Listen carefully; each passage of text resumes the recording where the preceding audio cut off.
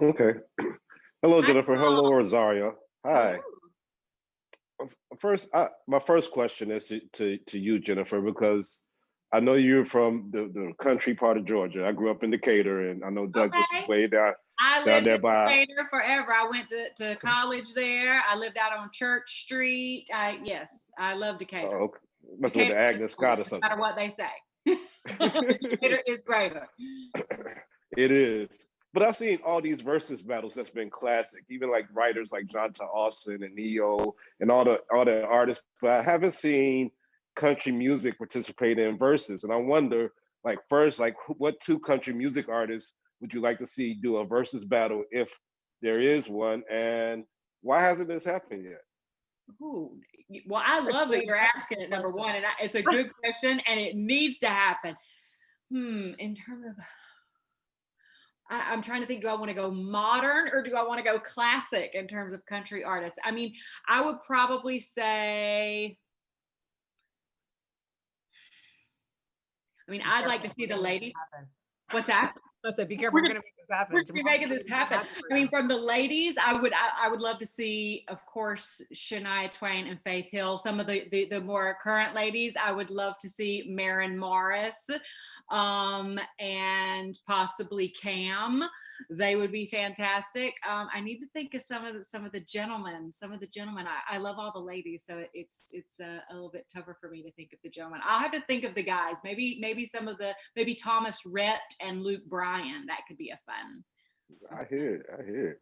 Yeah. Rosario, I've been a fan of you, of course, since he got game. But even looking back, it's been 25 years since Kids, Hmm. and now you're doing it big on the Go Big show, but you're doing it so big on all these other things also with your own spinoff from Mandalorian. How does it feel to go from the DC universe to the Marvel universe, and now you're in the Star Wars universe, and have all these big roles as a Jedi, no doubt.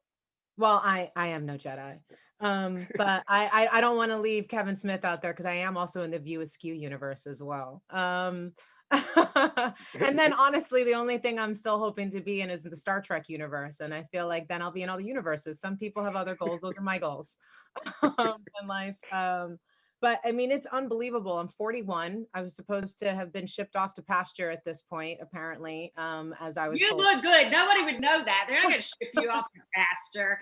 But but that's like honestly, that's what you get. And there's so much terrible messaging for women and especially people of color. And and I've just kept working and kept envisioning what I'd wanted to do and hoping, you know what I mean? Like Ahsoka happened from a fan cast.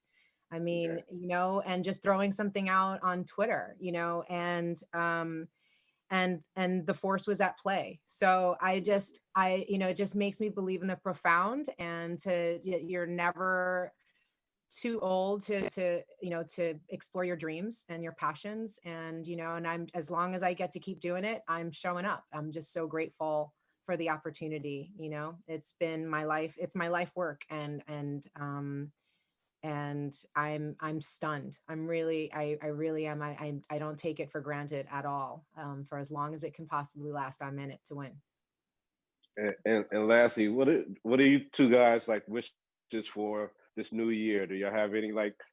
I know we all want to be over this COVID-19 pandemic, but is there anything else that you're just hoping that you could see in 2021 um, quickly? Yeah, I definitely, you hit the nail on the head in saying, hoping that we can, get COVID behind us and get a proper vaccine, and to have things open back up in the world. So many businesses, especially even in the entertainment industry, especially the live industry, so many of our peers, and crew and people that that are out of jobs. So that's very painful to see. So of course that behind us, I'm hopeful for this new administration and what it's going to bring.